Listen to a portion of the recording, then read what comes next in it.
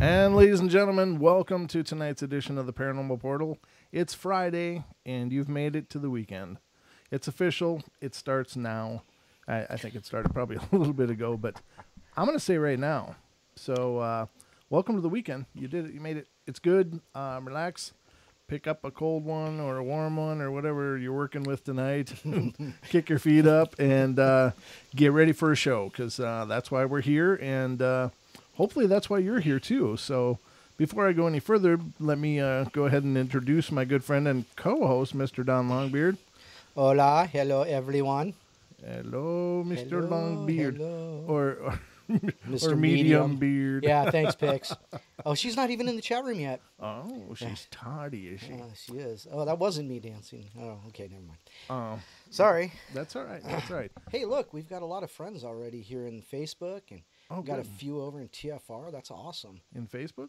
No, Or YouTube? I'm sorry, YouTube. Today I'm working on the off-color beer, or the off-color drink. It's not beer, trust me. Oh yeah, no. I mean, we can always do that, but we only drink beer here on the portal when we have something Special to celebrate. special to celebrate. I mean, every episode's a celebration, of course. Celebration of you guys wanting to put up with us for another I don't know episode. I don't know why. Yeah, well, I mean, I'm just thrilled that you guys will do it and that you're still here. It's an honor always to be here, and I'm just looking at some of the people that are in here. When we first got into the TFR chat room, it was pretty Pretty dead, but it's starting to fill up now. I Yeah. see Google 11234 is in there. Heal Thyself, Two Feathers, Ian is in there, and Yep. Dawn Undaunted is in there. So we are climbing, and I see Sarah Lewis, Lady Death, Julia Julia is in there. Regla, Yep. Regla in here. Good girl. Yep, Hey, she's good there. to see you. Don't forget Brian. Don't forget Brian. We can't forget Brian. Oh God, no. And Renee Cruz is in there. I'm probably missing somebody, but UFO man. UFO man. Yep. All right, excellent. You guys are wonderful. Thanks for being here. I think that's everybody. Now, if everybody just remember, there's a little thumbs up, button. just Don's dropping a hint there. Don's the portal accountant. He's always balancing the books here. But let's see how many of you are listening to us out on our affiliates and network stations. There are 3,279 of you out there listening. Yeah. And that's without the TalkStream Live numbers. So it's a pretty impressive load tonight, ladies and gentlemen. Yeah. And we are absolutely honored to be bringing you the Paranormal Portal here on this Friday night live and unrehearsed, unscripted. And it is the 1st of June, June It is, 1st. Yeah, Wow. June 1st. Wow. We're already halfway through the year. Oh, don't say that. 'Cause that Okay, means we're only halfway through the we're year. just starting summer. Let's go with we that. still have half of the year to go. That doesn't help much. I'm trying to be I optimistic. just talk about warm weather and how we're Warm just weather. starting that. Yeah, Julia said it's raining. That's all right. It's as long as it's not snow, it's warm weather. Yeah, no doubt. That's true. I'll take 8 months of rain over Yeah. 1 month of snow. I hear Listerine is good for mosquitoes. That's the thing that's going on. And ladies and gentlemen, I've been Oh my God. I usually don't get bothered by mosquitoes, but I don't know what it is this year, but I must be sweeter than hell because I am just getting mauled by him. Oh, no And my doubt. little minion, he's getting hit, and I don't want to spray chemicals all over. I don't want that. I don't want that junk. I don't want that chemical soup.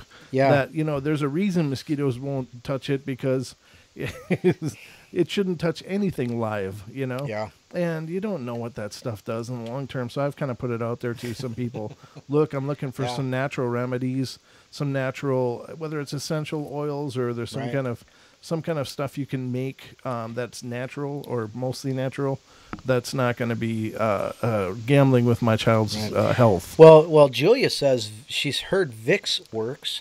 Oh yeah, but yeah, I suppose that would Just work. rub it on him, keep it away from him. But I got a big event coming up in the next 2 weeks at my house, and I read there was a yeah. recipe that somebody put out that supposedly Paul Harvey. Right. It consists of like 3 bottles of Listerine. 2 cups or 3 cups of Epsom salts. I read this. Yeah. And then like 3 stale beers. But who has stale beers? Why would anybody let beer get stale? You might have to set some aside for Oh, it. no, that's And heresy. I think there was dish liquid in that too. Yeah, I as think there was recall. like a cup of Yep. Dawn or something. Yeah, and you just put it in a pump spray and you just spray your yard down. They say it works for like 80 days. Yeah, and it apparently depends on how much how much beer you put in and how long it works. Well, there ain't gonna be none in my mix. Don's not gonna. Heresy, blasphemy. Well, if it keeps the mosquitoes away, it might be worth sacrificing one for the team, or two. I'll buy a cheap 40. A little OE 800 because that's my brand. That's how we roll. That's how we roll in Idaho. Yeah, I just think that there's got to be some. Yeah. I know citronella. Citronella has been done to that. I don't even know if citronella works. I bought some. I bought some citronella incense. Yeah. And they're like 18 inches long, and they burn for like an hour each. And I put one in a planter just outside my front door. Mm-hmm. And every now and then the wind would blow it in, and so you get that. But it doesn't smell like what we know as citronella. It smells like incense. Okay. But the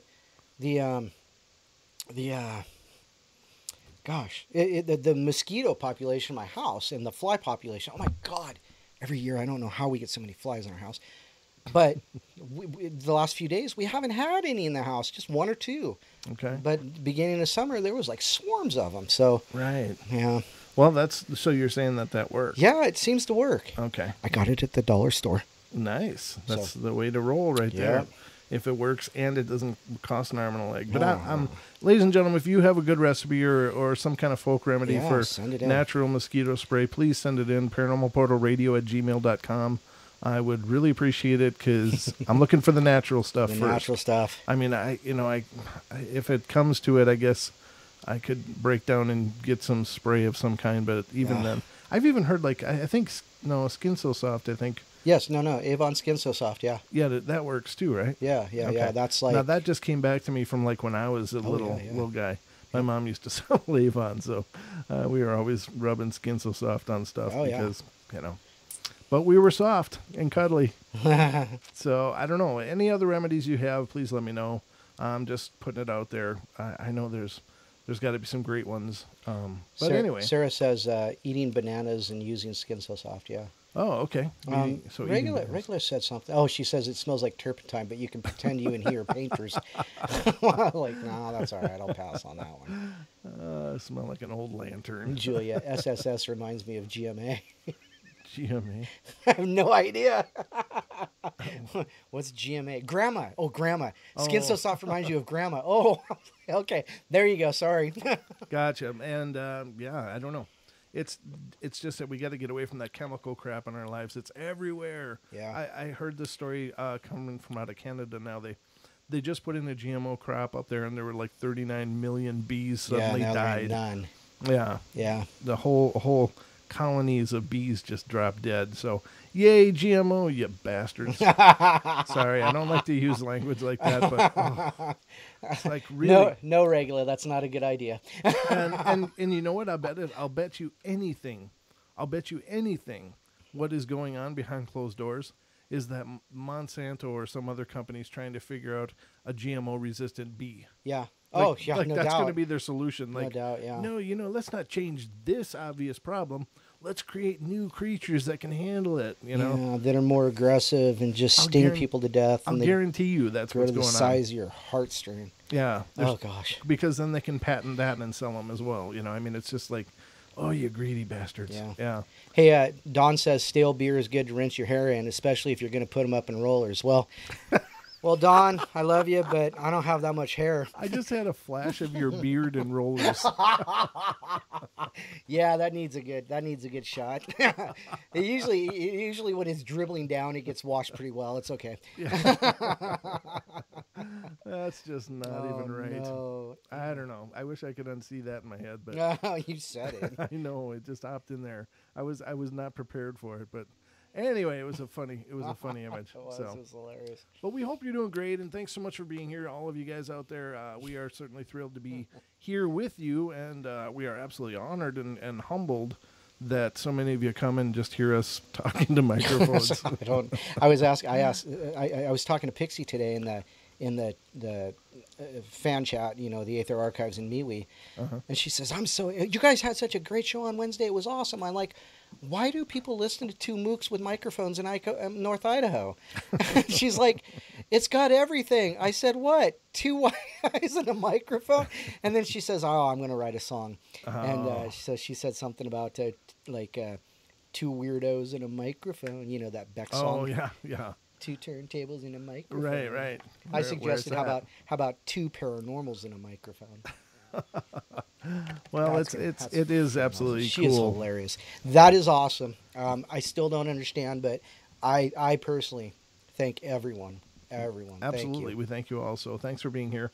Tonight's going to be a continuation of last Wednesday's episode because I just like talking about spirits and stuff, and I'm actually working on about 4 hours of sleep. So, and I've been busy all day long doing promotional stuff for the portal. If you get a chance, you want to see a calendar of what's coming up during one of the breaks here on YouTube. If you're listening to Brent us, has been handy. But if you're listening to us and haven't seen or are not seeing us currently, go to youtube.com/paranormal portal, subscribe, and watch the live feed.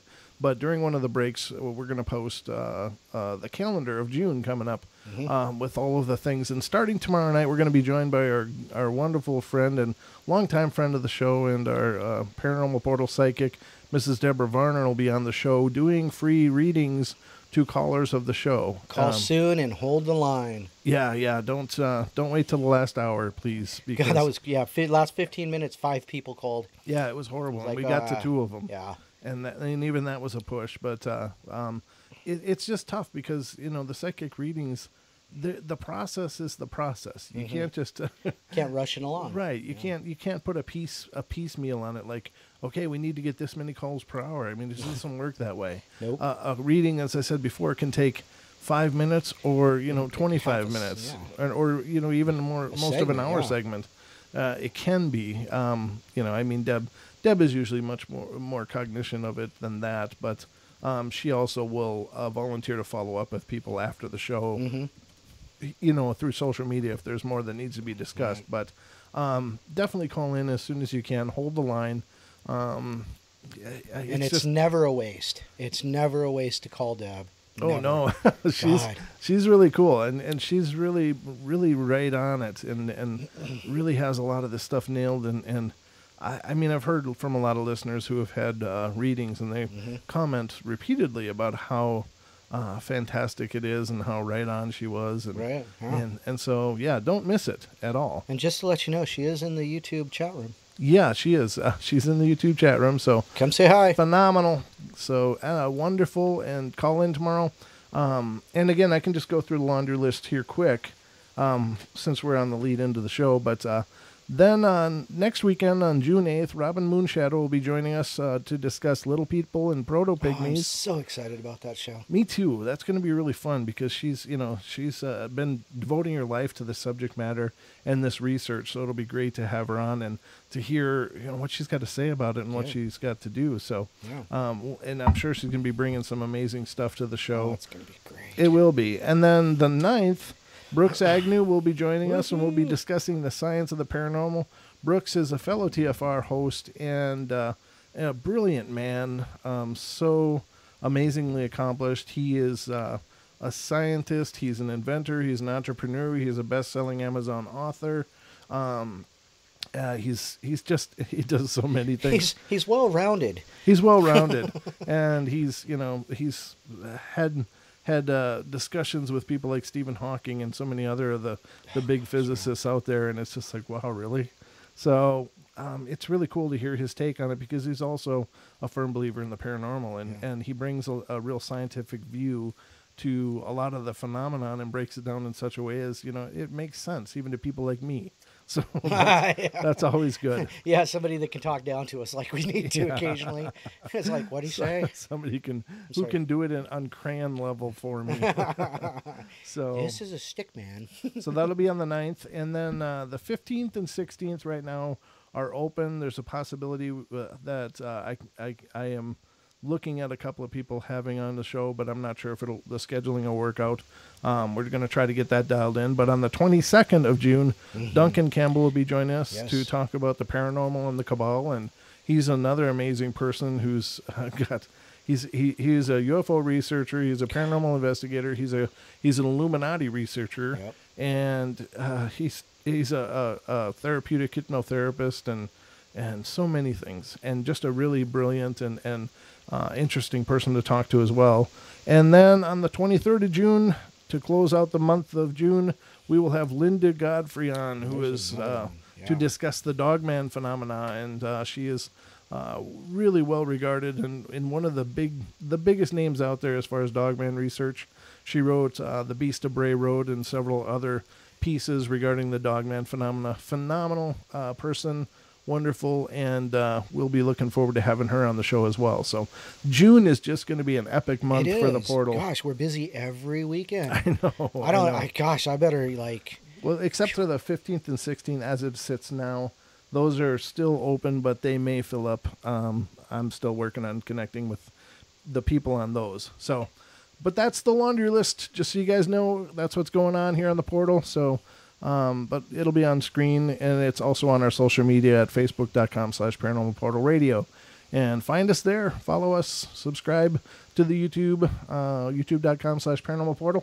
And that's about all the laundry I got. Don, you got any laundry to roll? No. But I did notice we got a dislike already. Did we really? Yeah. I don't know. Oh, I don't know. I'm sure it's somebody just being a troll of some kind. I don't know. I don't take it personally because you can't do a show and make everybody happy. That's just not possible. Yeah. I follow many shows and the numbers of dislikes they have, and I love these shows, is incredible. So I guess it's a sign of succeeding to a degree. Because if they're taking the time to come in and dislike, dislike it's a view. It's a view. They're still showing up either way. Thank you. So, we prefer the likes, but if you're disliking it, at least you're here. So. All right. Let's move along then and get to the meat of the dinner here tonight on the Paranormal Portal Paranormal Buffet. First thing I wanted to point out was a couple of things that I saw on Facebook, and I thought these were interesting. They're these little meme pictures, and I'm not sure I agree with them, but I'm going to read them to you guys, see what you guys think. But I thought it was interesting. The first one is like micro font here, so let me lean way in. Okay, it says, according to paranormal investigators, spirits or souls are most active at night and mostly exist in cold and air-conditioned rooms. They look and stare at you all night.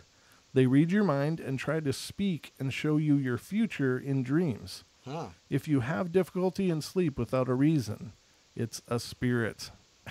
Well, then I must be just haunted as all get out. I know. That's the funny part of it, though, right? Is that, it would be nice to bucket everything that causes problems into one thing. Like, it's like that meme of George Tsoukalos. It's like, I'm not saying it's aliens, but it's aliens.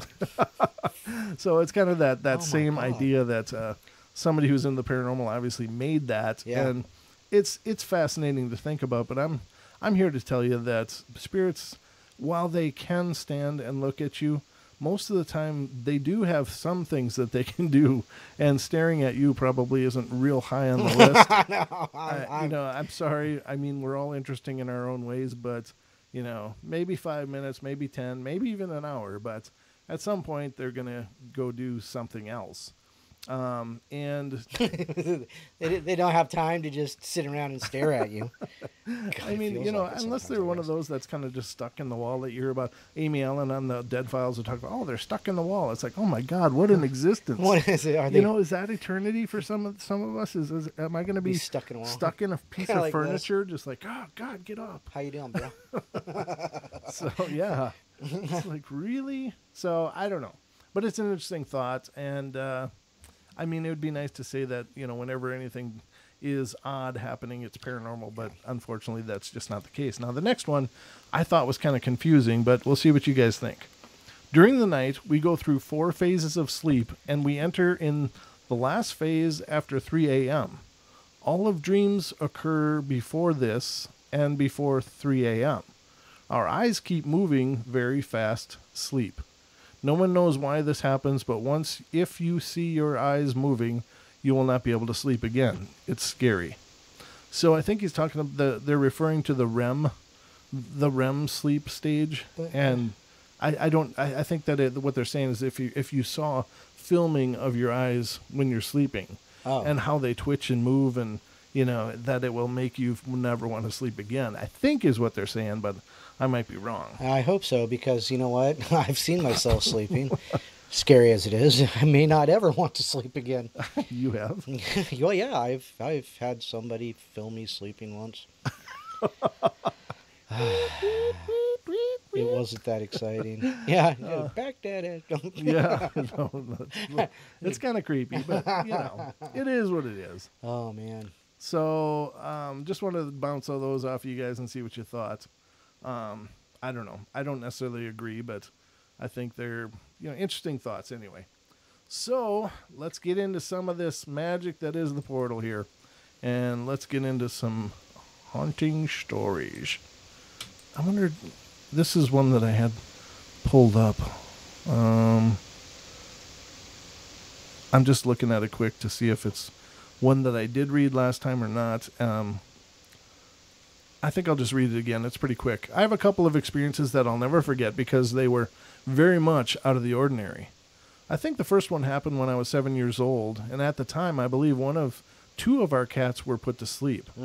I got up to use the bathroom in the middle of the night, and something I did routinely around that age was to go out to the living room after using the bathroom in the middle of the night and check to see how light it was outside. Now, I know I read it before, but I don't know if I read it on the show, but I'm just going to continue. It's short, ladies and gentlemen. My mom used to place all of her work papers on the floor exactly between the kitchen and living rooms. I remember walking up near the papers, and I looked down at them, and the stack of papers just started moving out of place really fast. I was so shocked because I knew there wasn't anything there that could have moved them all over the place, and I ran so fast to my bedroom and had the lights on the rest of the night. Another experience happened when I was about 7 or 8 years old. I was at my mom's friend's house to go swimming when me and my mom's friend's youngest daughter left the pool and went inside, then downstairs to the bathroom in the basement. I'm pretty sure I read it already, but whatever. It's good enough to read again. We were just in there drying off, giggling like girls do, when the sink knob turned on and the water went full blast for about 3 solid seconds, then shut itself off. We just looked at each other, wide-eyed in shock, and ran as fast as we could back upstairs. We told our moms, and they didn't believe us. And over a year ago, I attended my mom's eldest daughter's wedding. I think it's mom's friend's eldest daughter's wedding. And the youngest daughter obviously was there. I pulled her off to the side with my mom right there next to me, and brought up the bathroom sink incident from when we were kids, and she even recalled it and said it was definitely unexplainable. Crazy. So, yeah. It's a very profound experience, and I've had one actually like that.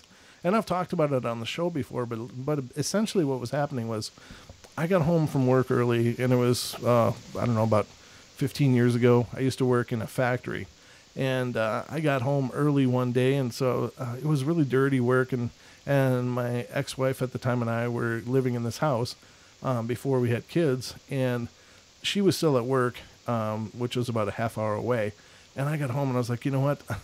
This is great, because one of the problems with this house, it was a brand new house, but whenever you took a shower in this house, if anybody did anything with any of the plumbing other than the shower, you would get ice cold shower like that. It was like, pow.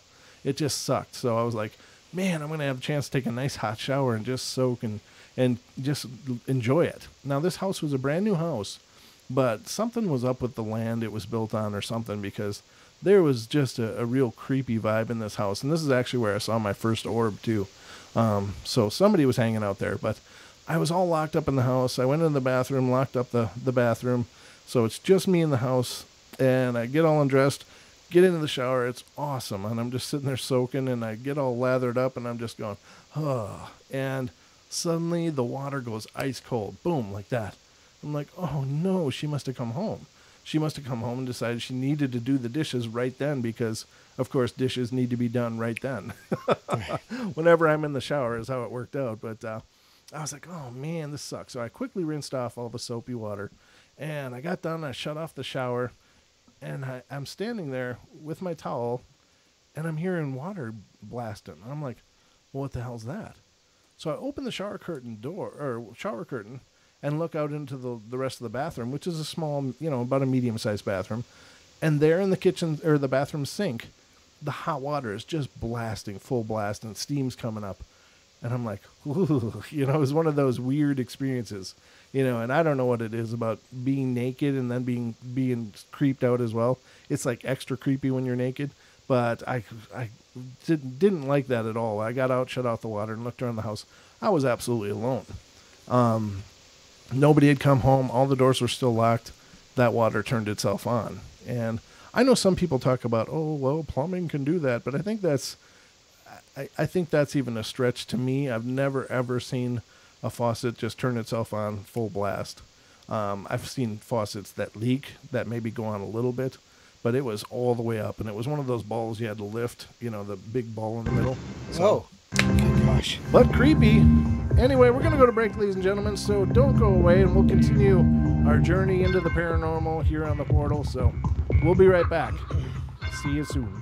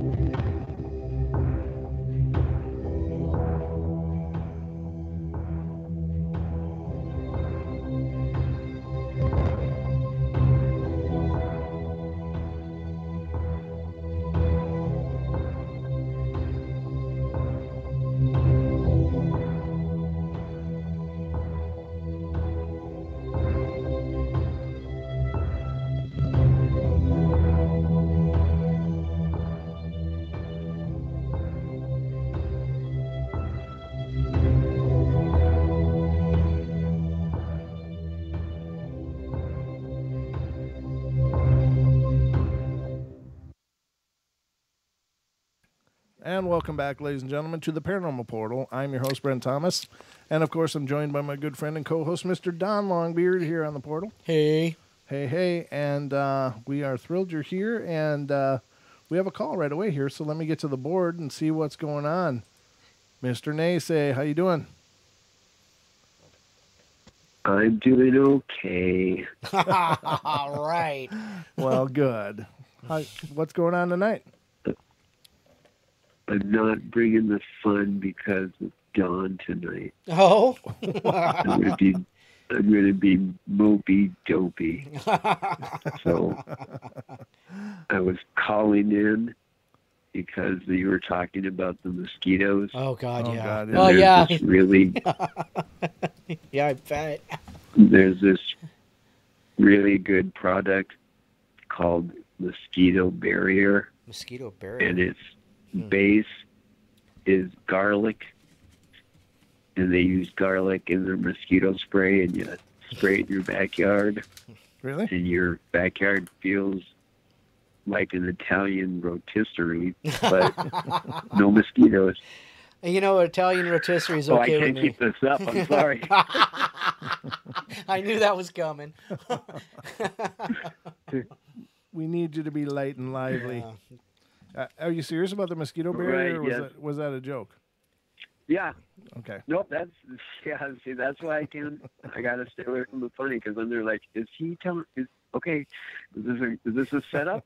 Is this a setup?" But yeah, and I have no affiliates to it whatsoever. Oh, but I okay. buy a gallon of it every spring, Okay. and it's mosquito barrier, and it's garlic base, and it works phenomenal. But now these mosquitoes of today, do you remember where a mosquito used to like hover and kind of jump around on your arm and then find a spot and then bite you? It almost seems like these mosquitoes are like landing needle first. Yeah, they're like darts. dive bombing you. Yeah, I know. Are you getting nailed too?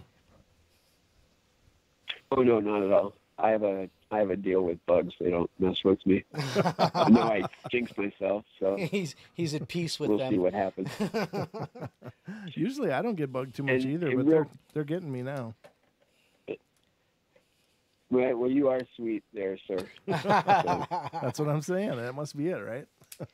You know, I always heard that And- if you have onions and if you eat onions and garlic, you know, through your life, that you have less problems with them. And I really haven't. I haven't had that problem. So maybe there's a lot of truth to that too, though.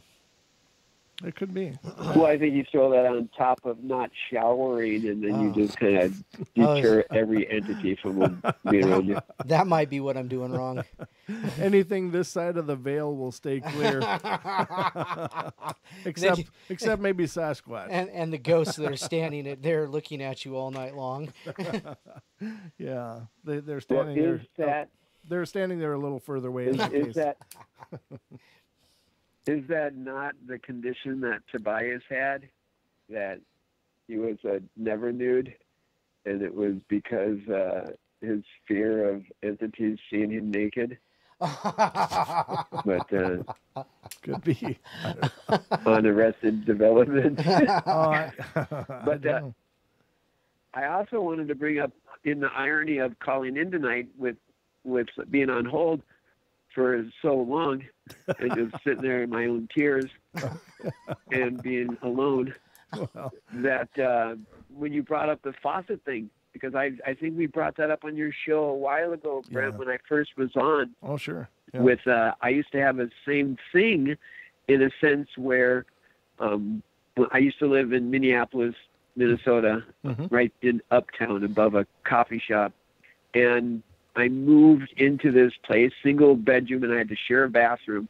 Ugh. And I noticed that every now and then the water faucet would drip, and it would drive me nuts. If there's one thing that drives me crazy, is water waste. Oh. Yeah. And all of a sudden I found out that it was synchronizing, or coincidence at first, with my attitude and being stressed out. Huh. Oh. And so every time I was getting stressed out, all of a sudden I saw the coordination to the water leaking. And so one time the water started leaking and I was running late to work and stuff, and I just spoke out loud, and I said, okay, I get it. I'm stressed. I'll try to relax, and then I left, and then there was no water challenge, and Wow. then all of a sudden it was almost like it felt to me at one point, because I moved across the hall and it stopped, I noticed, but then after about 6-8 months of moving across the hall, Mm-hmm. when a friend of mine moved across the hall from me and I went back into my old apartment and came back into my new apartment, Uh-huh. and then within the next week, I got stressed out and my faucet did it Started again. leaking again. Oh, no. Wow. Wow. Yeah, there's And- got to be some kind And of this correlation. has followed. Yeah, it's followed me in every home that I live in to this day. In the home I live in now, Uh-huh. it's the bathroom faucet. Wow. That's where really crazy. it's I wonder what that symbolizes. And I know you're relating it to stress.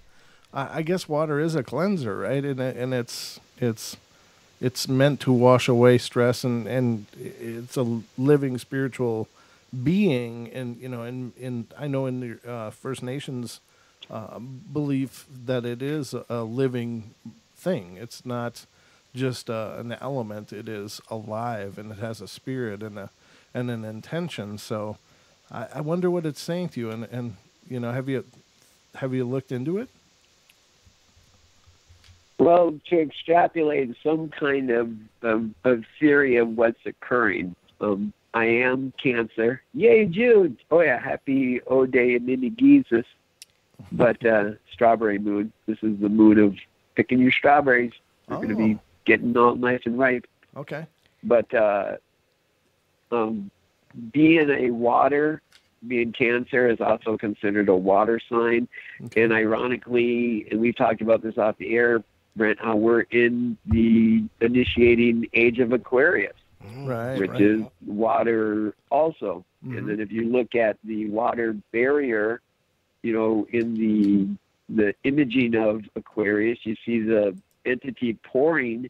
In some figures, you see him pouring, or her, because I think from my memory that the entity looks androgynous, neither male nor female, but it shows them in some pictographs, them pouring water into the river, and in others just holding the pitcher without water. And if you look at the people around the world, the earliest people, the way they regarded the tear, because the metaphor of the tear is just, you could do a whole hour show on the tear, but just a quick little overlay is you have tears for joy and tears for pain. So you have that dichotomy. Oh. If you look at a tear as it's dropping, it's the sphere losing its shape, getting its momentum, Mm-hmm. and it's dropping, and then you get into gravity, and then the gravity explaining magnetism. But then on a tear, if you look at it as a teardrop, Oh yeah.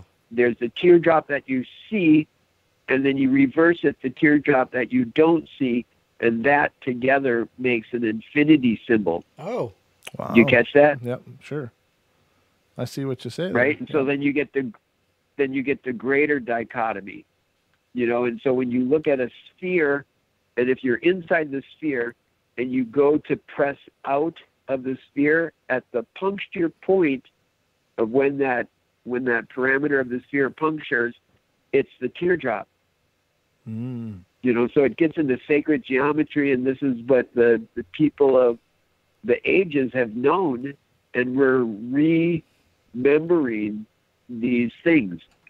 And as we remember these things, just like when you buy a brand new red car and you start seeing red cars all over the place, Yep. when you open up metaphysically to see these things, the more you become awareness, the more you fine-tune your sight, because sight is light and it's all field modalities, you start seeing more things. And those things may be entities of the spirit world, Mm-hmm. or they may be entities of other dimensions. So maybe we all should be never nudes. and cover up while we're doing things like showering and lathering up and getting all excited in the shower, and someone turns on the water because they're like, hey, you need some cold water. Oh no. No, I'll take that warm shower. And Yeah, but, absolutely. I don't know how to cover up while showering. And they say that's an odd one for me. Never have to clean that pair of tidy whities again. I think it's just a waistband at this point anyway, isn't it? Oh no. Oh, no, I know. No, I appreciate what you're saying, and I think that's really insightful. Now I got to ask you, are you real familiar with sacred geometry? Yeah, Uh, I I I claim ignorance because it's like wisdom. The more knowledge you learn, the more wisdom you gain. right.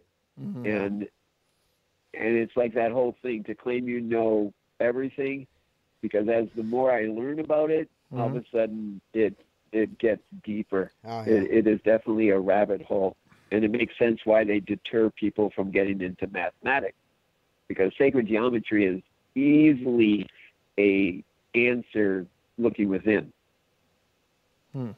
Okay.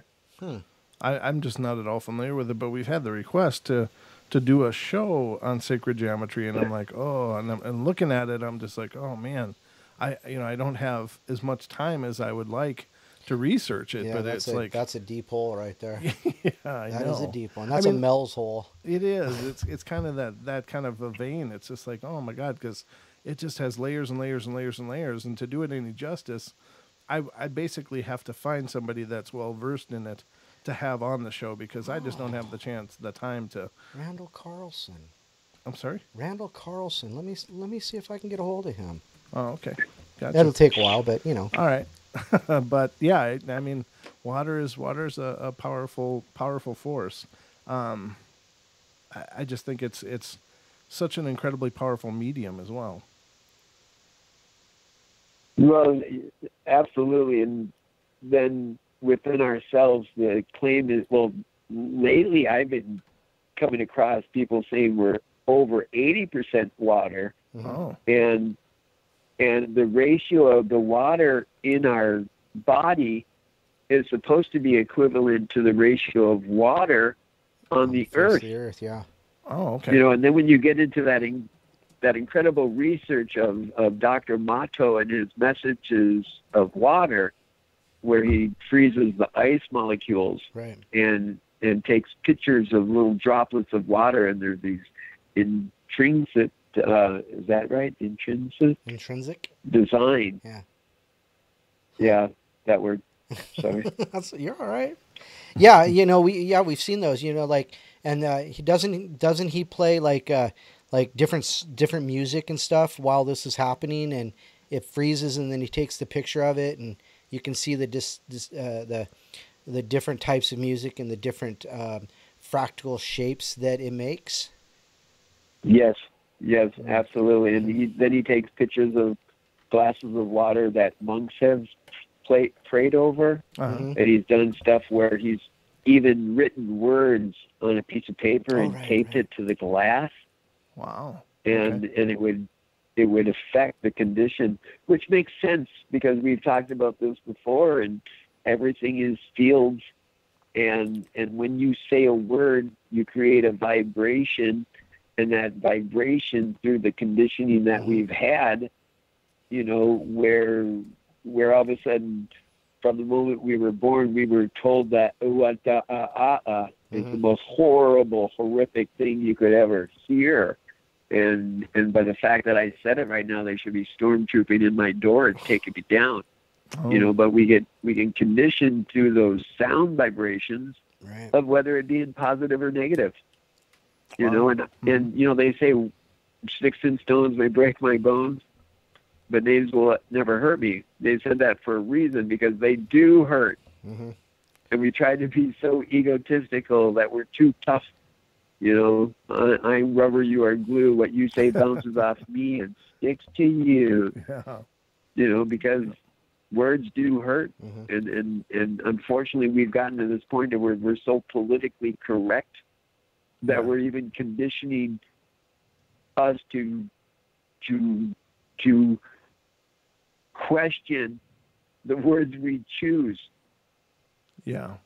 You know, because first they condition us that the English language is so messed up and twisted that one day, you know, saying that's rad means a positive thing, and then all of a sudden it's changed to a negative thing. Yeah. And so we're constantly questioning the words we share on the effects of them being good and positive to each other. And this goes back to the whole, you know, we're water. Yes. And we keep forgetting we're such miracles. We're such miracles, and we Right. keep forgetting that. And we keep treating each other as lesser miracles. And you know what you're talking about is something that we've discussed on the show many times, and I've you know, my opinion is that, you know, and it's something that I know you agree with as well, because you brought up the point many times that vibrating something into existence, whether it's an emotion through words or Right. through sounds or whatever, it really is the first step of creation. And when you're talking about you know, using those resonances and then measuring how they affect something like water, I mean, it's such a profound example of us creating on a very literal level. Yep. We're creating a state with our intention, and so that's why I think it's really important, you know, in our lives. And it's kind of the golden rule, you know. You just, if you don't have something nice to say, just shut up. But after you vibrate that, how it affects the physical realm is just so incredible, and it's so poignant. And we're so embedded with this scientific thinking that, you know, and we've so lost sight of spiritual ramifications in our physical world and how we affect it from a spiritual place. But when you look at experiments like that show very clearly that the spirit of words can have dramatic effects on the matter surrounding us. I mean, that is such a clear and powerful example of the power we all hold. And that is also an example, like you said, about, you know, how these words that we cast out can be absolutely damaging, but on the other side of it, they can be absolutely healing. You know, if it's spoken with respect and Right. kindness and love and warmth, and so I would hope that people hear things like that, and it drives that home more and more, because it's so easy to fall into the, you know, like even in our political spectrum, there's such vitriol, you know, and these aspersions are being cast back and forth, and how damaging is that to all of us? Because, you know, we all exist somewhere on that spectrum. You know, there's, you know, I try to be in the middle for the most part, because some things I'm very conservative about, some things I'm very liberal about, but I certainly don't believe everyone has to follow my thought cycle or should subscribe to exactly what I think. But with all that anger going back and forth, it's got us in such a state of damage and imbalance, and it's hard to get to that healing that I think we need, not only as a country but as a global society. And it starts with words, and it starts with what is the energy you're giving those intent. words, Yeah, your and intent because behind you're it. sending that out, and it's going to affect everyone that hears it. Yep. On a very profound level. So that's why I think we have such an intrinsic responsibility, because we are casting spells, you know, in the most literal sense. We are casting spells every time we speak. Okay, so in my response at the end, remind me the word graph, but if I may start back in the ancient scriptures and the ancient holy works, in the two holy works in the Bible, it says in the beginning, you know, there was a thought where the creator was there, and then there was the word, you know, so then the word comes out. And as we talk about the dichotomy of things, of positive and negative and balance, when we say that word, that energy gets brought forth.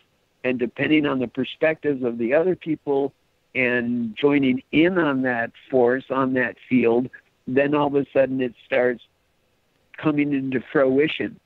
When then all of a sudden we bring it into creation. At the very beginning of the most simplex creation that we can do as humans is the union of a man and woman and joining in the ultimate connection and creating life. And from the moment of that birth, they're being conditioned to listen to these audible tones and fields that come out of our mouth, determining on where we were born and determining on the social construct of what is positive and what is negative. And in that conditioning, whether you're looking at it at what perspective, in that society or out of that society, because then it goes back to, are you on the red team or the blue team? Are you male, female, sexuality? Who's your favorite team? That dichotomy. Because if we oscillate, and if we keep oscillating back and forth, depending on your perspective, we could just be a propeller spinning the whole gears around, because we got to perpetuate the motion. So depending on the perspective is what we're creating.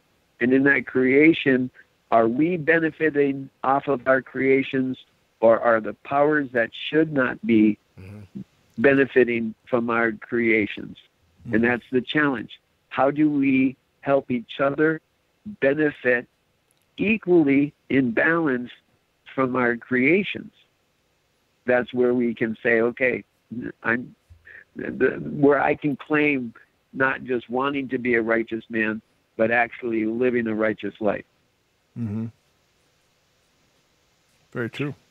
But judge me, brother, because judge me on the actions. Don't judge me on the entity I am, because I know I am a miracle, and don't mistake that for how big my head is or my ego may be. It may be just that I remember I'm a miracle. There you go. Hey, what was this about to remind you about? Why does that always fall out of his mouth? It always makes me laugh every time, too. Hey, what were you saying about bring you back to grass? Was that it? Say again, please. I thought you said something about remind me at the end of this, but remind me of grass, or the word grass or something. Oh, the graphs. There you go. Yeah. Okay. So say if you remember as kids, we saw those pictures of supposedly an atom, and it looked like the little ball was in the center, and then the little balls were kind of around it, like a little cloud kind of thing. Yeah. Sure. Well, that was just a two-dimensional representation that the optical viewer could take of the occurrence. Okay. And it was a capture in time. And so then if you plot that on the graph, we see the two-dimensional graph. But then when we get caught up in the three-dimensional, where we have our center point of 0, and when you graph that atom and you look at it like, oh, there's more to it, that those little dots may not be, towards us or behind us, or, they're all over the place. They're constantly moving. And so when you graft it, and depending on the perspective and depending on the material you're grafting, every single thing on our periodical table correlates with that spatial graft on a three-dimensional level, and also correlates with the 5 Platonic solids. And those 5 Platonic solids are the basis of sacred geometry. And this is in everything. And this is from the minuscule, like the Fibonacci sequence or the golden mean spiral, like on the shell. You can find this mathematic equation, man's way of counting beans and putting it on paper, but you can find it everywhere, not only on the planet, in the whole ratio of your fingertip to your first knuckle, from your fingertip to the second knuckle, from the fingertip to the third knuckle, to all of your knuckles together and their ratios. It's all Fibonacci sequence. which is the replica of the Golden Mean Spiral. And then you go on the greater perspective, our solar system, our universe, and the whole galaxy is all based on that same mathematical equation. So is this the theory of everything, like Einstein was consistently trying to find? You know, and that goes back to what I questioned before. How does a magnet work? And the minute more of us remember how a magnet works, the further in the future we'll get positively. All right, brother, hold on the line. We're going to take our hour break. And don't go away, ladies and gentlemen. We'll be right back for more of The Portal.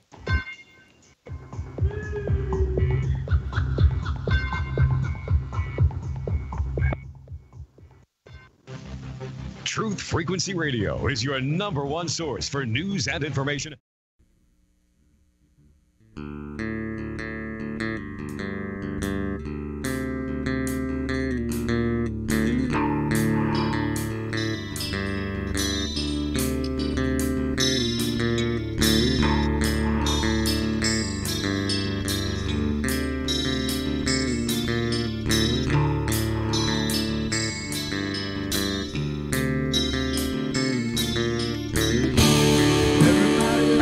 Play their games.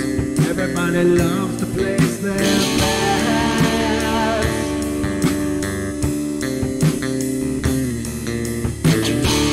They don't understand the price I paid. They don't care to comprehend.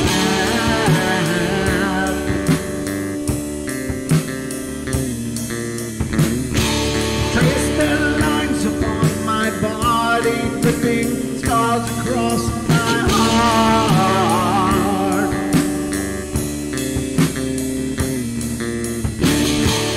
Raging anger boils inside me as their lies keep falling apart.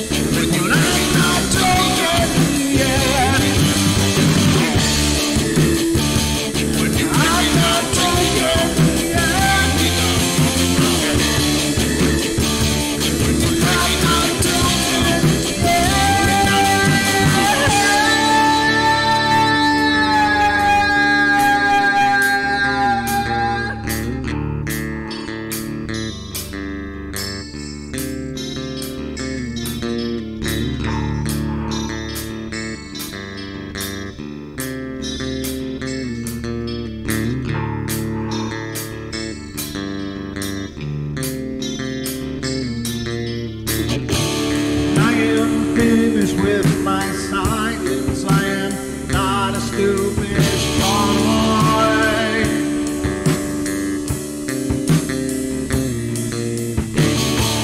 No more breaking me with kindness, just you dance upon my joy.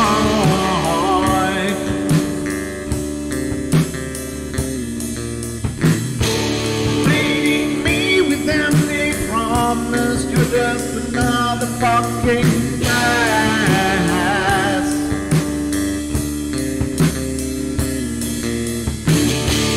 Taking off the slice of my sanity, just make sure that you're well fed.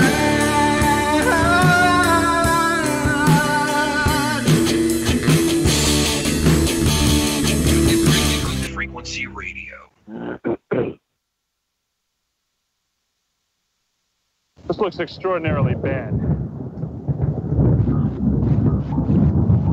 They linger in a perpetual dream state, a nightmare from which they cannot wake.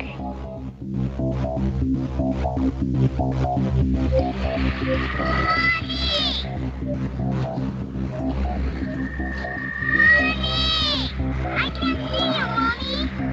Where are you? I've never sensed anything like it.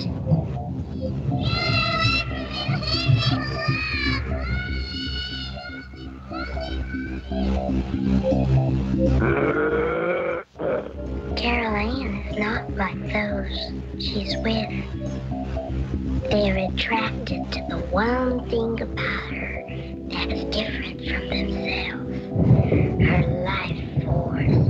It is very strong. It gives off its own illumination. It is a light that implies life and memory of love and home and earthly pleasures. Something they desperately desire, but can't have anymore. Right now, she's the closest thing to that. Poltergeist are usually associated with an individual. Hauntings seem to be connected with an area. A house, usually. Poltergeist disturbances are fairly short duration, perhaps a couple of months. Hauntings can go on for years.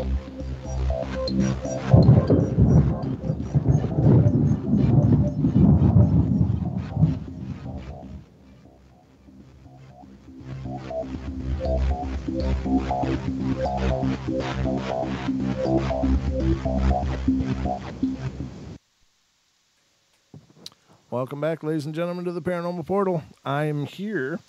I just was editing. Apparently, I had screwed up when I fixed our screens. There it is. I on our YouTube feed, and I left off the number, so I had an older version. But I've got it all straightened out now, ladies and gentlemen.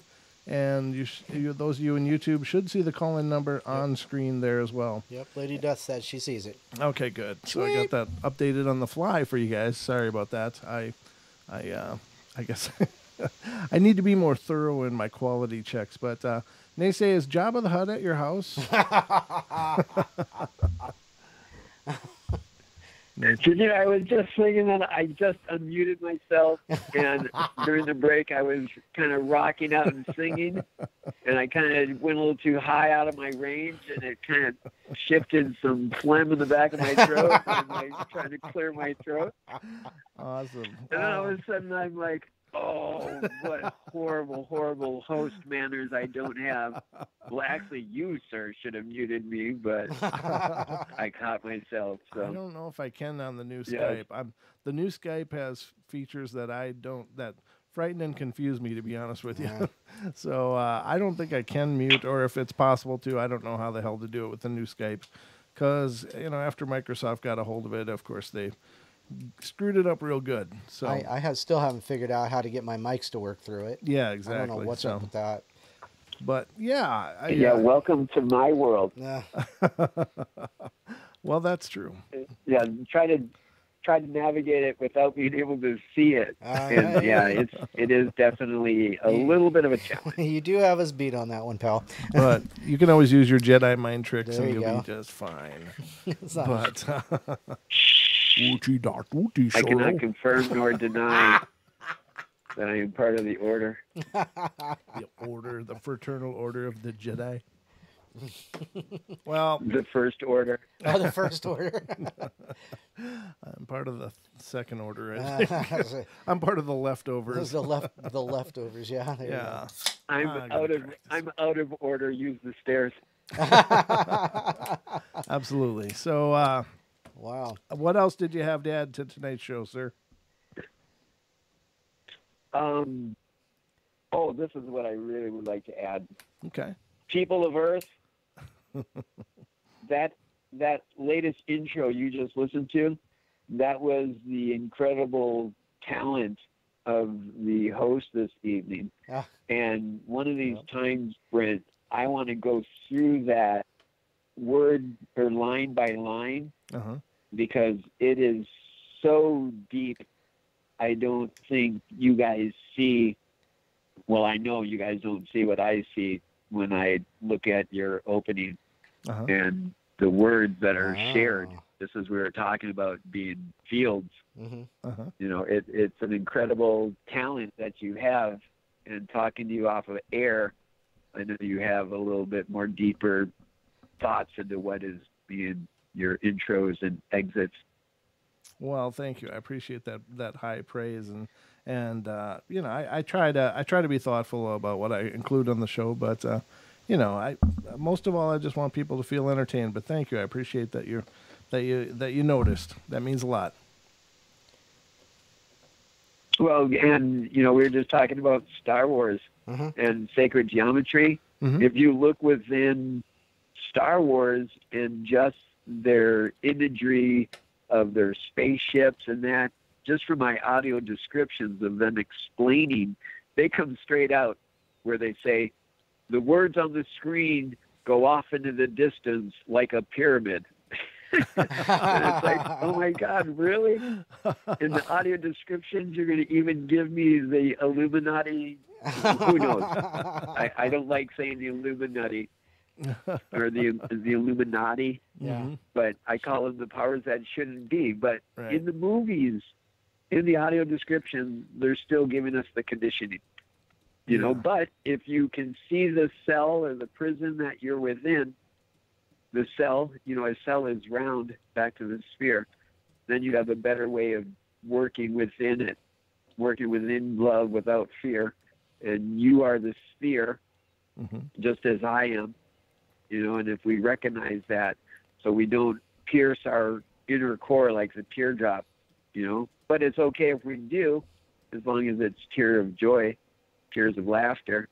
Absolutely. And that's the biggest challenge, is trying to find the giggles, because they're abundantly around us.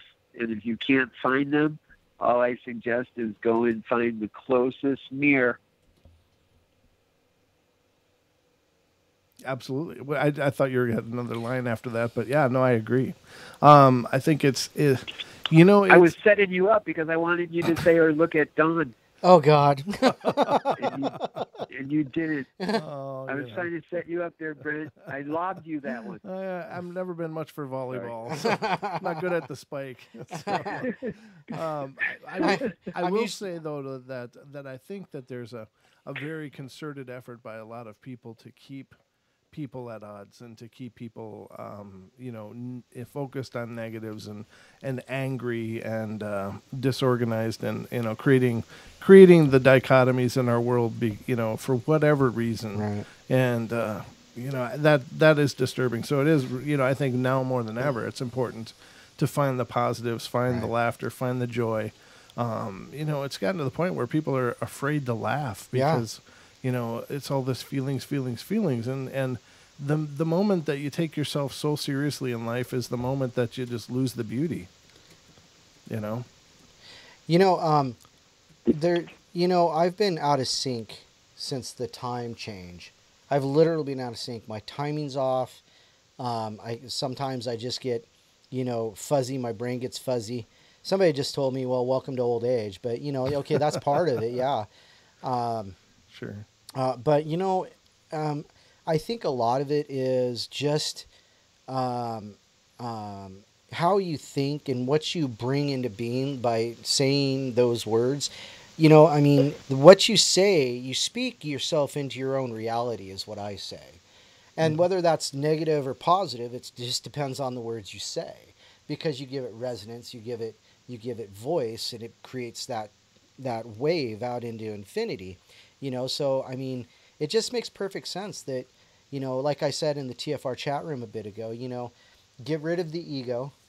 What did I say? It's hard to remember sometimes. Well, welcome to old age. Yeah, but basically exactly. I said, get rid of the ego, talk healthy, or talk respectfully and live a good, healthy life, So get rid of the ego, talk respectfully to everybody, and to yourself. That's the first thing you got to do. That's the first step, is talking to yourself. You don't have to do the whole, positive affirmations things. I am beautiful. I am worth it. I am smart. Well, you are. And you should tell yourself those things all the time. Honestly, not sitting in front of a mirror. That's just bad juju to me. But I was told I have a face for radio and a voice for silent movies once. Ooh, harsh. But, yeah, thanks, Mom.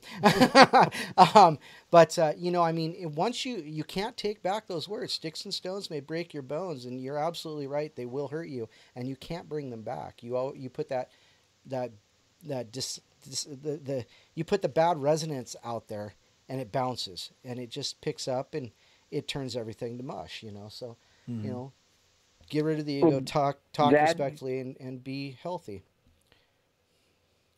That was the biggest draw to me really claiming my Native American heritage. When I was younger, being in the military and getting sick, back in 1992 is when I started getting sick. Mm-hmm. And, in 94, when it really got bad and I had a band and I thought I was on top of the world and, and all of a sudden the rug is pulled underneath me and I'm looking at a wheelchair to get around. And in that despair, I felt, lost. And in that being lost, as I learned more of my Native American upbringing, in the complexity of it, in one word, you can explain how they live their existence. And that one word is respect. Right.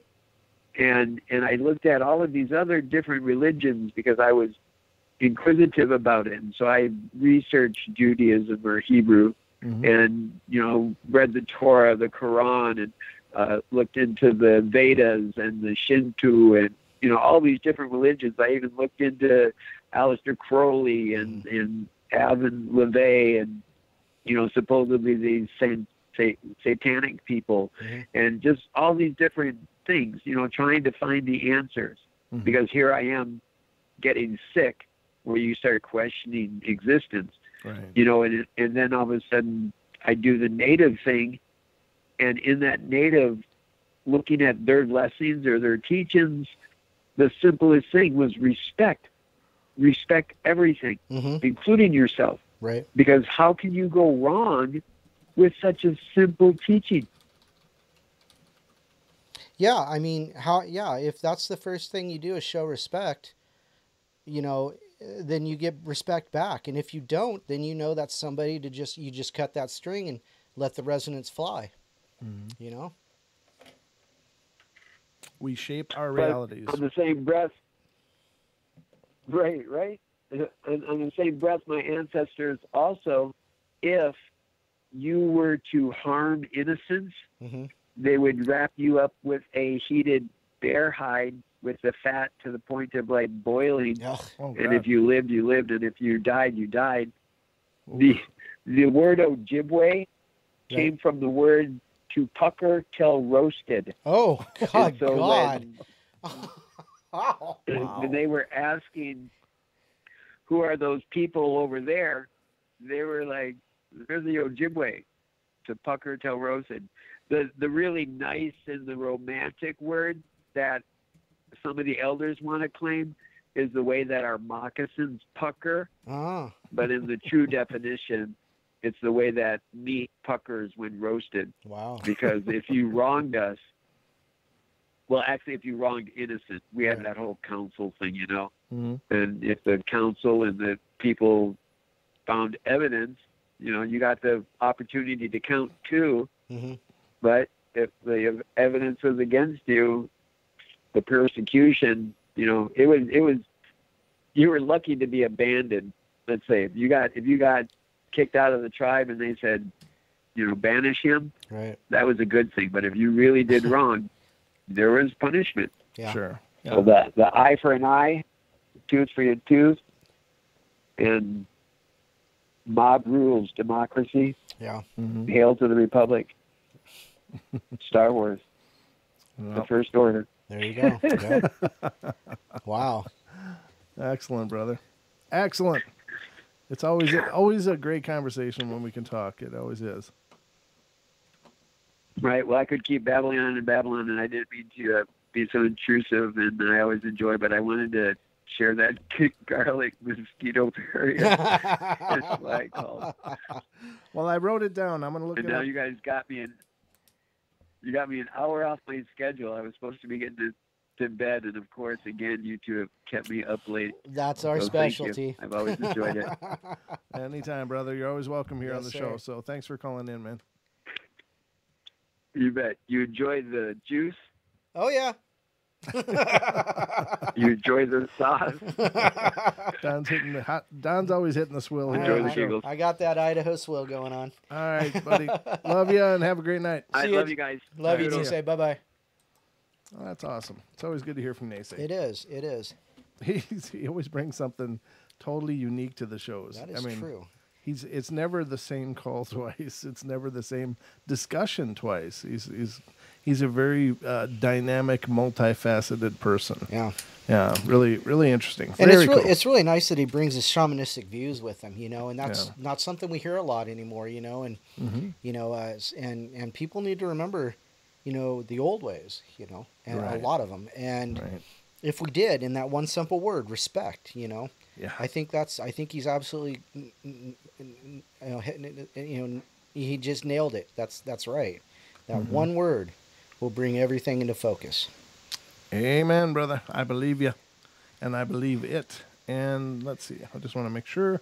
And there's no other calls, so we are cleared to proceed. Let us continue this journey through the portal. So, everybody out there doing okay? Yeah, they're still with us. All right. Well, I guess we must be doing something all right then. So let's continue on our journey here. Now, I read that one. I don't know if I can read this one. It's scared AF. Well, if that's it, you can read it. Oh, geez, that's somebody just trolling for yeah, for views on their videos. Okay, let's check out this one. Something touched my hair in the night. Ooh. I recently moved into a new home. It's lovely, clean, and quiet, and I'm very happy there. That is, until last night. I should back up. A few weeks ago, I was in my bathroom getting ready for bed when I felt a presence behind me. I couldn't see anything or anyone, no shadows, no forms, but I could feel it, and it felt negative, threatening. I froze but stood my ground, and after a moment it passed, and I dismissed it as my imagination. Then last night, I was awoken by the distinct feeling of a hand clutching my hair. Ew. The hand held my hair tight against the back of my head, and it felt the same way I feel when I hold my hair to put it in a ponytail. I opened my eyes and the feeling/hand vanished. I saw nothing, heard nothing. Could this be a night terror? I've had them before. What else could this be? What can I do to stop it from happening again? In situations like that, I think that's just a great time to have a dialogue. Like, if you're negative, get the hell out first. Yeah. That's just a one-way deal. It's like if you're not positive and light and loving, then you're not welcome. But if you are, then here's the rules. Yeah. Have that dialogue. Have a Show discussion. them respect. Right, exactly. Because they most of the times they were once human. Mm-hmm. Now there are plenty of other entities that never were, but even in that regard, that doesn't mean they're void of decency. If they were, human beings obviously don't have the market cornered on decency. So, many other forms of spiritual entities are out there and live peacefully around us and watch and participate on some level. But just have a dialogue. Let them know what you like. Let them know what you're okay with. Let them know what you're not okay with. And 90% of the time or better, that'll clear up your problem. There you go. Oh, I had a discussion with Dan. Oh. And the great thing is that he belongs to with a paranormal group. I gotta look up the name here. It's Supernatural Inc. out of Kansas. Okay. But the cool thing is that Supernatural Inc. is actually working on expanding, like, through more regions in the U.S. Mm-hmm. And they may be a great resource for us as well. Oh, yeah. On the show. And Dan said that he would be thrilled if somebody needs his help to be a contact point as well. Oh, so nice. So we've got the spiritualist / psychic area covered, and with Sean, D, and Deb, and now it's nice to have paranormal researchers on board as well. And Dan said he'd broach the subject with them as well, but to be a contact point and to be a resource to help if somebody's going through a tough time. So I thought that was really awesome. And he's also working on that video project that we've talked about, and that's going to be amazing as well. So very cool. Wow. It was good to catch up with him. Yeah, the portal's getting busy. I'm telling you, I spend so much of my time just handling things, mm-hmm. and and then on top of the other pursuits that I'm involved in, it's like, oh my God, there's just not enough time. Hard to find time. There is, absolutely. So yeah, but that was a cute story. So I think just set your boundaries, set your parameters, and demand that they're observed. And if it gets worse, then you got to reach out to someone like Dan. Yeah. Come in and check it out. And, someone like Deb or Dee or Sean or somebody, or Joel, his friend. We are working on putting together a resource pool here on the portal. And we are becoming the network. If you're new to the show, basically my thought is that I love to discuss the paranormal, and I love to be an outlet for people to share their stories. And we've had several listener emails. And if you've had an account or an encounter of your own, feel free to email your story. You can always call in, of course, to share it yourself if you choose. The telephone line, of course, is 213-233-3998. Again, 213-233-3998 or 833-TFR Live. But if you don't want to be on the radio, you feel like that'd be make you nervous or whatever, then email me at paranormalportalradio@gmail.com, and I can certainly share your story for you. And even if you'd rather just keep it personal between us and you just want to bounce some things off of me and let me know what's going on if you need some help.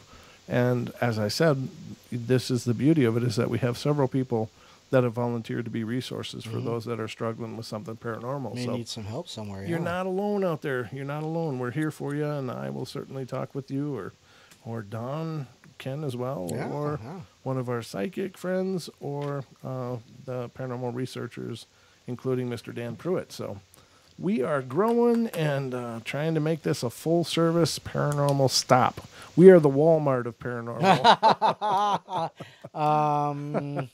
Can we find a different outlet for that name? Okay. Well, the Target of paranormal. Oh, that's getting better. Wow. My point is that we have more than just sitting we here. Provide more services, right? Exactly. than just making people laugh.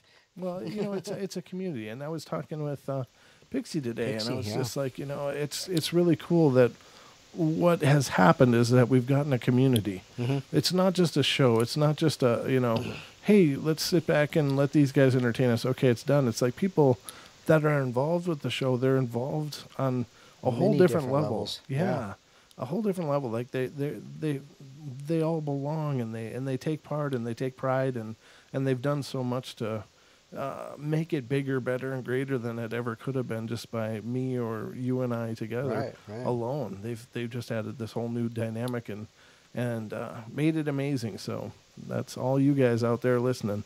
You've done this, so thank you so much. And let's continue on here. Okay, how big is this one? This is pretty big. I got 3 minutes. I'm going to read this one after the break. I'm going to try to find another quickie to get through until then. Another quick story. Here's a real quick one. Haunting in French Lick. Thursday, I spent the night at French Lick Springs Resort in Indiana. Middle of the night, sleeping on my back, I feel someone sit on the bed. Pressure against my hip. Eyes pop open. I look around. Nothing there. Still feeling pressure of someone sitting on my side of my hip. And I said, "Get off me." Still feel pressure. More firmly, I said, "Get off the bed." The pressure releases. Wow. Very cool. I did not feel threatened at all, so I was more fascinated than scared. Online search revealed that this resort is considered one of the most haunted sites in Indiana. The most haunted by some. I did not ask about a room number at the front desk. I just know what happened. So very cool. And there's an example of someone, claiming their space, creating the narrative. Like, nope, get off. That's not good. Bad touch, bad touch. So, did I lose you, Don? No, I'm here. Oh, okay. You're here? Yeah. All right. I've been here all night. Well, since the show started. So, all right. Let's grow here and see what's going on. We got about a minute until the break, ladies and gentlemen. So, again, if you're hearing the sound of my voice and you're not seeing us, you can always stop by Paranormal Portal's channel on YouTube. Mm-hmm. And a great community over there. Wonderful people in the TFRlive.com chat room as well. So you have two options. You can chat as well as listening to the show. And, of course, on TFR Live, there's just amazing number of guests and shows that are phenomenal. I don't know if you get a chance, stop by there, because look at the lineup of TFRLive.com as well, because you'll just be amazed at the caliber of hosts and shows that are out there and that are going on every day. The scope of every different one. Right. I mean, holy good God. I know there's gematria, there's flat Earth, there's politics, there's conspiracy, there's Brooks Agnew. Yeah, and Brooks as well. I mean, he's, as I said, he's a TFR Live host as well. And then Chris and Cherie with the Beyond the Veil, and they just got back from their mission over in Egypt, which was amazing. Woo-hoo. And I can't wait to be updated on what exactly happened over there, because pretty amazing stuff, ladies and gentlemen. But that's all over at TFRLive.com. So check it out and become a member. We'll be right back. We'll be right back. Don't go away.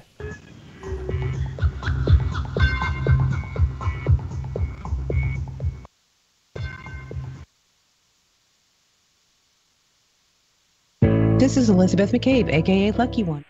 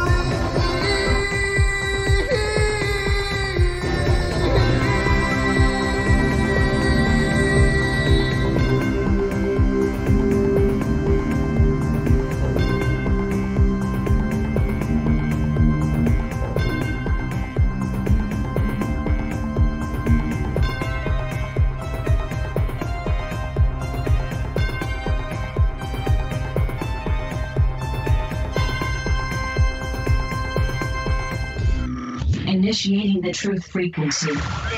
This is Truth Frequency Radio.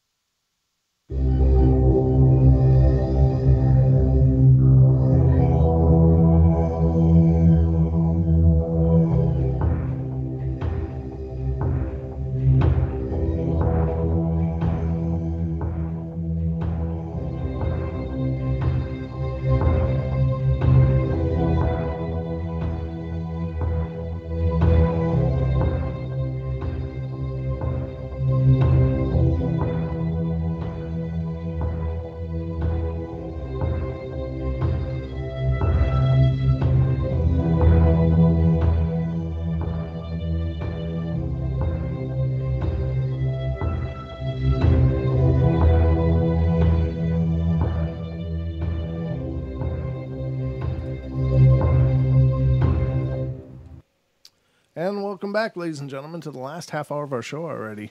This has gone screamingly quick tonight.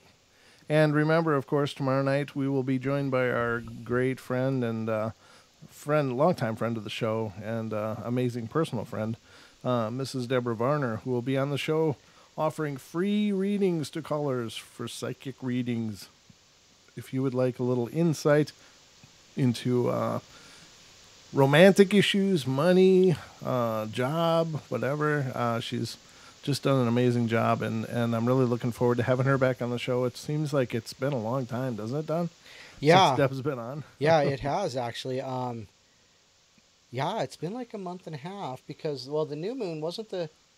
Oh, who cares? It's been a while. I think it's been about a month, but... We've been missing our Deb.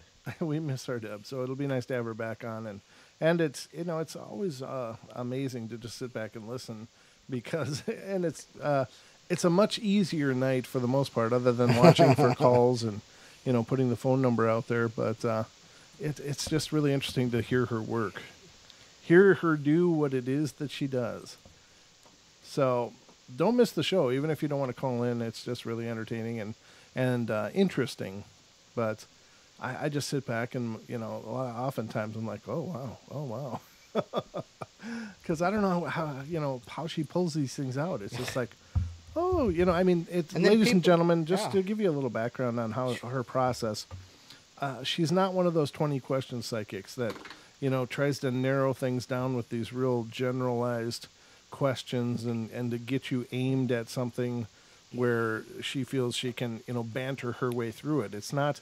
Which to me is nothing more than psychology. Yeah. Those kind of readings to me are just psychology. They're just, there may be some intuition in there, but I don't think that that's a real strong reading. But Deb just says, "What's your first name, and what do you want to know about? What are you interested in? Money, job? What do you need? What are you looking at here?"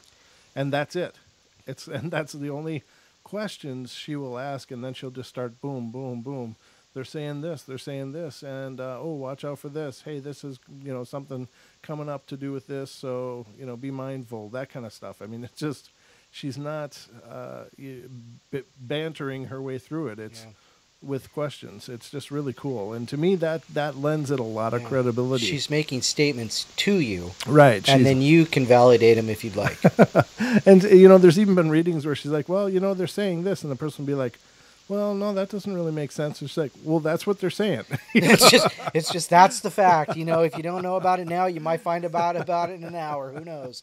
And the people that those things have happened to, a few of them, have come back and talked to me and let me know how it correlated, and they were just blown away. It's like, yeah, she picked that up. It's just amazing. Yeah. So very cool. Again, radically gnarly. Oh goodness. What's that? Oh, Renee, she's making comments. Radically gnarly. Yeah, it's totally awesome. Radically gnarly. Absolutely. I think it has something to do with what Naysay said about the word rad. Very cool. But yeah, she's intuitive. Well, okay, no, let me get back to that. She's in touch with her guides, and her guides guide her well, from what I understand. The reading she's done for me. I would have to say that they're proving out. Yeah, I think they do, and I think they do. Yeah, and I remember what she read for you, and to hear you talk on a personal level, it's like, yeah, it makes sense. It correlates really well. So, all right, ladies and gentlemen, let's move some more storylines at you. This is starting to get a little freaky. I posted a couple places before about weird happenings I have been experiencing since starting narrating a no sleep story. A few new things have happened, including just now. I run a YouTube channel where I narrate no sleep stories, and I swear this is all true. And I'm not trying to plug the channel. It's just pertinent to what's been going on. I'm not going to even going to link it. It started a couple of weeks ago when I both had received permission on a new story and received some new recording equipment. Oh, cool. I had ordered off of Amazon, including a new microphone. I was excited to try it all out, so after setting everything up, I sat and proceeded to record 4 stories back to back. Nothing changed or moved in between. When I listened to the playback, Stories 1, 2, and 4 sounded great, but number 3 would get some weird distortion every once in a while throughout.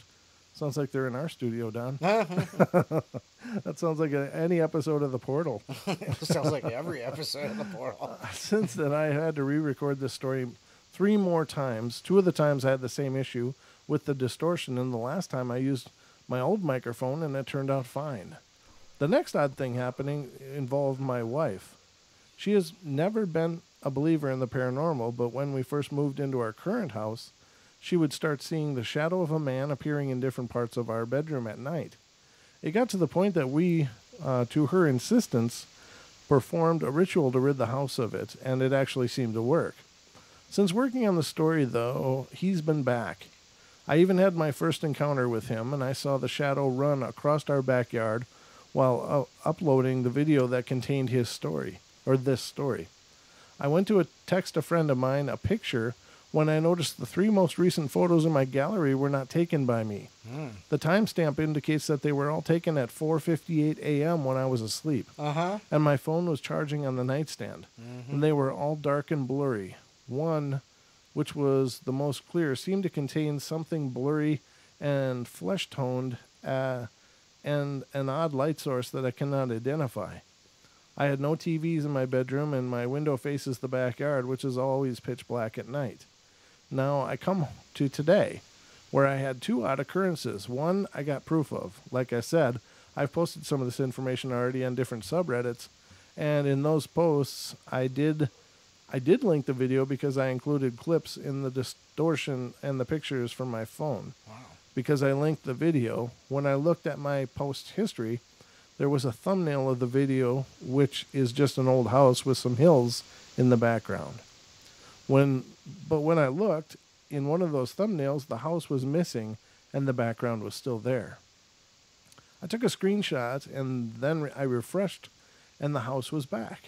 I took another screenshot so both images show the same time and battery percentage. Maybe this is something weird that happens with Reddit thumbnails, but I tried for a while to replicate it and was unsuccessful. The last occurrence just happened within 20 minutes of me sitting down to write this. I was sitting in my recording studio, a converted shed in my backyard, editing a video when I heard footsteps. I figured it was my wife coming to tell me goodnight, so I waited for her. The door from where my computer is to the outside is actually just a heavy curtain, and I saw it move from the middle, then quickly withdraw with the sound of just a couple of footsteps. At this point, I'm thinking it's my wife, and I say loudly, "Hello?" And there was complete silence.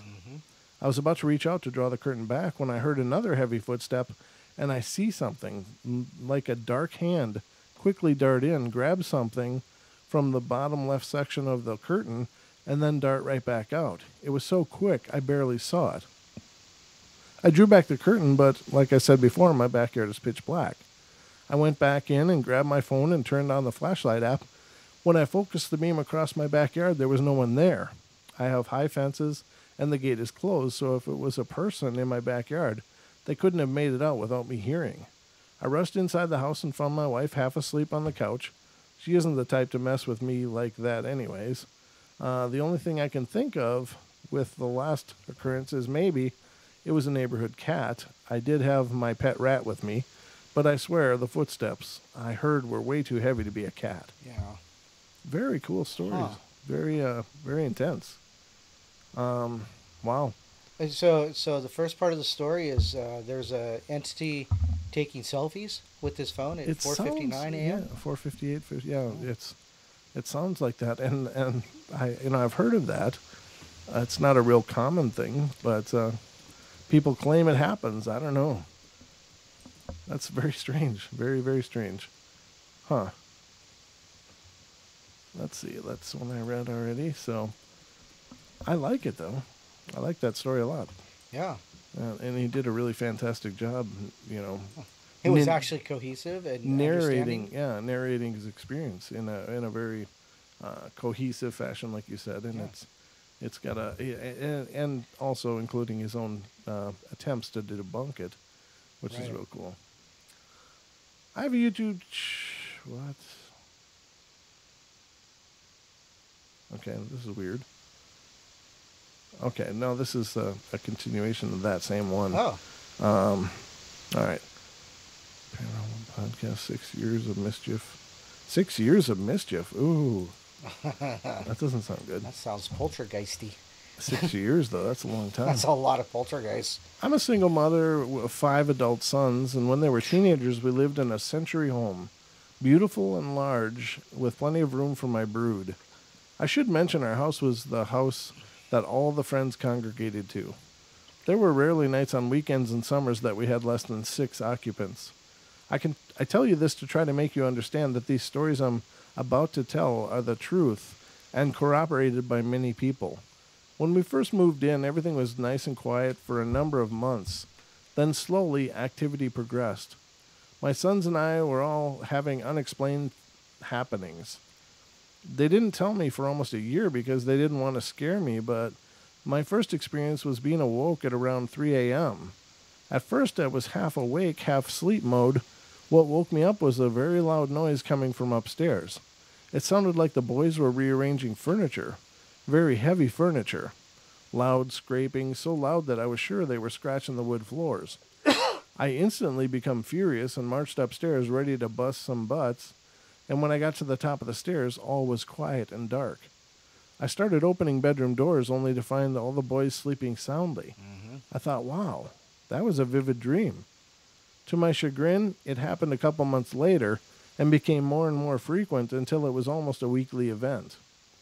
I was speaking aloud about this with my neighbor, and she got a funny look on her face, and I asked her what was wrong. She said, I didn't want to scare you, but when my sister, who's clairvoyant, was over, she looked up at the window, pointing to one of the boys' room, and said, she has company. Ooh.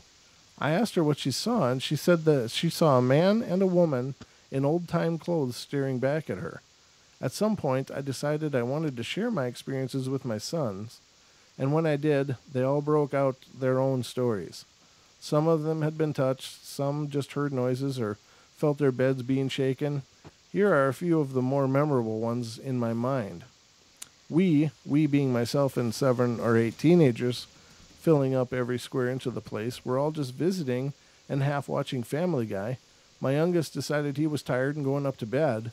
Anyway, away he went, only to return a short time later with pale skin and wide eyes. He said he'd closed his bedroom door and got to the top bunk, and that's when he heard the door handle turn. Heard the door open and shut again, and then felt someone sit on the bottom bunk. He figured it was his brother and leaned over to the bunk and yelled something to try to scare him. He said he froze. There was no one there. He was completely alone, hence the wide eyes and pale skin. He truly looked like he'd seen a ghost. One morning I woke to find my boys and one of their friends all sleeping everywhere in the living room, which was not allowed in our house. I woke my second oldest up and asked what the deal was, and he said that they couldn't sleep upstairs because something was opening and closing all the doors all night. He said they'd wake up and prop things in front of the doors to prevent them from slamming, only to be awoken by slamming. He said, Ma, those ghosts kept coming and kept moving stuff we put in front of the doors. Wow. We just decided to sleep down here. I couldn't blame them. There are so many stories, but I'll just tell one more. My oldest subsequently joined the Marine Corps, and on this month-long furlough, after his Iraq tour, he had a very creepy encounter. He said he was laying on his stomach and reading from his laptop when he felt something sit on the bed. He said he looked over and saw the indent of a person sitting there and said out loud, F ghosts. A second later, he said he was being pushed into the bed. Oh. He spoke the name of Jesus and it got off of him. My final straw was on Halloween night. I was at the computer in the dining room, home alone, and then the sound of something large falling down my staircase. Oh, wait, she was sitting home alone. I felt something behind me. I turned and heard my name being said in an awful and sinister voice. And then the sound of something large falling down my staircase. Jesus. It was so loud that I thought I'd find a broken dresser at the bottom, but there was nothing. Nowhere. Wow. I searched upstairs and outside for the cause of the crash, but nothing. I had my pastors and elders in my church come bless my property and my house, and there's been no strange activity since that day. I no longer live in that house, but one of my sons bought it, and the house is still clean. Wow. You scared a few people, Brent. I did? Yeah. Julia says, y'all make it hard to go to bed after this. Renee says, wow, I need my nightlight on now. Oh. Got some people going. Then we're doing our job. Yeah, being pushed down in the bed after saying that. Yeah, well, what'd you expect, pal? Exactly. I mean, it's one thing to claim your space. Yeah. But it's a whole other thing to challenge. And you're not... and that's a challenge. That's just a challenge to, you're being a jerk. And I'm going to show you how much of a jerk you're not going to be after this. At that point, the normal rules are out the window, and it's like, if you challenge something supernatural, I can't say that you're always going to be taken up on the challenge, but if they do, it's your own fault. Yeah, you can't hardly whine about it because you're puffing out your chest and being all manly, and then just you get pushed up against the wall or down into the bed. You're on call, pal. Or you just began a long war of attrition that you can't possibly win. Yeah, no doubt. Because they will wear you down. Mm-hmm. They have nothing better to do. They stand there at 3:00 in the morning staring at you anyhow. Yeah, they're gonna make sure you don't sleep, and they're gonna hide your stuff and make you think you're going crazy, and they're gonna piss you off in every way that they can. If you challenge them and disrespect them, then there's a real reason they say don't mock the dead. Yeah, I mean, I'm just saying. It's like challenging, the most power, the thing that's more powerful than you. Well, and that may not be the truth, but they know what they're capable of. We don't. Yeah. We're in this foggy physical existence, and while we may actually have more power in the at the core of us, we don't know how to use it. There you go. But they're fully aware of what they can do and how well they can do it. So wow, that's incredible. Yeah. Just a side note, Brian Gasca in the chat room, he says it sounds like my butt calling the UK line. Remember when he called the UK line and he was on show after show? He's on 2 hours. 2 hours, yeah. He was on the UK line, and ladies and gentlemen, Brian's from California, and somehow he magically managed to butt dial the UK call-in line, and I saw it there, but it had been there since before my show started, so I didn't think about it, and I just left it there because I figured somebody had the call-in line confused with the listener line. Right. And it turned out to be Brian. Poor guy. So he says, I had no idea it was a UK access. Oh, either. No doubt. Wow. No. But I said, that was a great call too, Brian. How was your phone bill? He said it was over $400. Oh, God. Oh my God! So he says he got it knocked down to like $150. Oh man! Oh Jesus, Brian! Oh. We love you too, but not $400 worth. Wow, that's crazy. Wow, yeah, you got one smart behind. Yeah. Oh jeez! Wow. I'm not going to go into details about Brian's behind. How can you? I don't know. Brian's special. We love him to death. Oh yeah. He's been a friend of the show forever too. He has. That's what's so cool about it, ladies and gentlemen. Is there's so many people that are just amazingly supportive to what we're doing. All right, let's continue this journey. Did you have something to read, Don? Sure. I got some little vignettes here. Please go ahead. Yeah, let me read this one. This one's kind of weird. All right. This one's called "Old Skin's Gonna Die." Not me, but a friend of mine told me about a dream she had years ago, but about a decrepit old man who was being chased by wolves. In the dream, he kept referring to himself in the third person as Old Skin. Old Skin's got to get away from the wolves. Eventually, the wolves caught up to him and started ripping him to pieces in front of her, and he kept narrating the events in a monotone voice. Old Skin's gonna get eaten alive. Old Skin's gonna die. She woke up feeling creeped out, but the weirdest part came is when she started describing the dream to her brother. He stopped her in mid-sentence and asked, "Was his name Old Skin?" I had the exact same dream. Oh my God. Crazy. Wow. That is crazy. That is crazy. Lassie sees dead people. When I was in elementary school, I shared a queen-size bed with my older sister and our family dog, a mutt that looks like a short-haired lassie. Would sleep at the end of our bed every night. When I was about 6 years old, I woke up one night around midnight and saw a dark figure standing at the foot of the bed. A dark figure, okay. The figure was entirely in black without eyes or a face. I tried to wake my sister up, but she rolled over to go back to sleep. My sister must have accidentally kicked the dog because the dog woke up. The dog woke up and raised her head and started growling at the figure at the foot of the bed. The growling then woke my sister up, and she saw the figure and started to scream. My parents came into the room, turned on the light, nothing there. Of course. To this day, both my sister are adamant that we saw a ghost or a demon in our room. We know we aren't crazy because the dog saw it too. You know, I would believe a dog. Mm-hmm. You know, if you have some kind of other being with you, like a dog or a cat, and they respond to it, well, there's something going on there. Let's see here. This one, my grandfather was a bad man. Alcoholic, extremely violent, tried to kill my grandmother in front of their kids. One of his less horrible acts was abandoning my grandmother with her 6 kids, all under the age of 12. Some of the kids maintained minimal contact with him. He lived about 30 or 40 miles from my grandmother and the 2 kids who stayed in the area. When he was in his 80s, he was hospitalized and then passed away in the middle of the night. In the morning, his oldest child, one of my aunts, went to the morgue to identify the body and fill out paperwork. On the way there, she stopped at my grandmother's to break the news. When she came in, my grandmother said, "Oh, it's a sad day. He died just past midnight, I imagine." My grandmother had begun to show some signs of dementia or just basic old age, so the weird comments weren't too out of character, and my aunt assumed that the hospital, one of her siblings had already called to tell her mother the news. My aunt shook it off and drove to the morgue. When she saw the death certificate, she was shocked to see that the time of death was actually 10:12 a.m.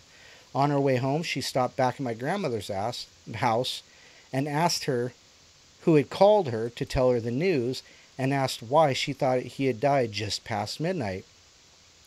My grandmother said, "He came to see me at 12:30 and he talked for a spell. He wanted to apologize for all he had done to me and you kids. I think he made his peace and was able to move on, so I'm glad for that. My grandmother has resumed humming and doing jigsaw puzzles." Oh, wow. Well, okay, I have a belief. I have a belief that there are certain people in the world, and I'm going to use the people with autism, especially really low functioning autism that are wheelchair bound, that can't necessarily, communicate. Mm-hmm. And the reason I'm bringing this up is because I believe that they may have a connection to something more than we are. Oh, absolutely. And that they just can't articulate it. Mm-hmm. So, people with special needs like that, or people who are starting to have dementia, I think they're connecting to something bigger and maybe progressing spiritually to something different. I hope so, because I know that the people that are suffering from dementia and Alzheimer's and stuff, it's tough on them, but it's also tough on the survivors, the people that are watching it happen. It's just so brutally hard to see your family member, someone you've loved and adored, not recognize you. And I experienced that with my grandmother going through dementia. And, she was someone that meant the world to all of us, but, to me specifically. Mm-hmm. And, just that she was so far beyond reach. Mm-hmm. And it was tough. Now, I would say that it was also terrifying for her because she didn't understand what was going on. She had no grasp of why people were around her, what they were doing there, and where was she. And the only thing that she continually seemed to remember was to call out for her husband, mm-hmm. my grandfather, who died before I was born. But she would call out to him to help her. Mm-hmm. And so I thought that was sweet, that, that mm-hmm. love was still there and so strong. But, yeah, that's tough.